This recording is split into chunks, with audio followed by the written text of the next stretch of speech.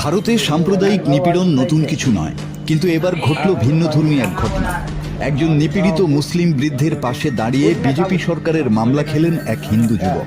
ঘটনাটি ঘটেছে ভারতের উত্তরাখণ্ডের ছোট্ট শহর কোটদারের প্যাটেল রোডে এক বয়স্ক মুসলিম দোকানদার গত ৩০ বছর ধরে কাপড়ের দোকান চালাচ্ছেন। তার দোকানের নাম বাবা ড্রেসেস।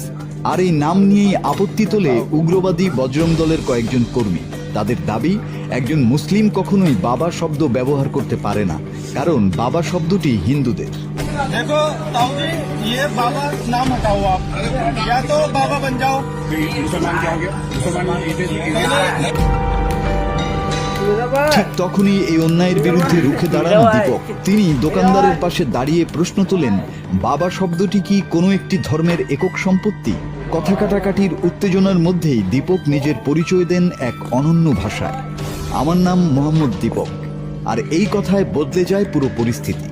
দীপকের পাশে এসে দাঁড়ান আরো অনেক হিন্দু। তুমুল বাকবিতণ্ডা ও ধস্তাধস্তির পর বজরং দলের কর্মীরা সেদিন সরে যায়। কিন্তু এই ঘটনার ঠিক ৪ দিন পর পরিস্থিতি আরো ভয়ঙ্কর রূপ নেয়। দেরাদুন, ঋষিকেশ ও হরিদ্বার থেকে প্রায় ১ থেকে ১৫০ জন বজরং দলের উগ্র কর্মী কোটদারে পৌঁছে দীপকের ব্যবসা প্রতিষ্ঠানের সামনে জড়ো হয়। তারা দীপক ও তার পরিবারকে লক্ষ্য করে অশ্রাব্য স্লোগান, গালি ও হুমকি দিতে থাকে। পুলিশের সামনেই ভিড় তেড়ে যায় দীপকের দিকে। নিরাপত্তার অজুহাতে দীপককে থানায় বসিয়ে রাখা হয়, আর হামলাকারীরা ঘন্টার পর ঘন্টা বিক্ষোভ চালায়। এর পরের ঘটনা আরো বিস্ময়কর। থানায় ২টি এফআইআর দায়ের করা হয়, একটি বজরং দলের পক্ষ থেকে দীপকের বিরুদ্ধে, আরেকটি পুলিশের পক্ষ থেকে। একই পাল্লায় মাপা হয় দীপক ও হামলাকারীদের। ভিডিওতে স্পষ্ট দেখা চেনা মুখগুলোকেও এফআইআরে অজ্ঞাত ব্যক্তি বলে উল্লেখ করা হয়। গোটা ভারত জুড়ে এখন একটি প্রশ্ন, দীপকের অপরাধ কি? একজন বৃদ্ধ মুসলিমের পাশে দাঁড়ানো। বিজেপি শাসিত রাজ্যে প্রকাশ্যে না এলেও ঝড় উঠে সোশ্যাল মিডিয়ায়, দীপক তুমি একা নও। রাহুল গান্ধী টুইট করে বলেন, উত্তরাখণ্ডের দীপক ভারতের হিরো।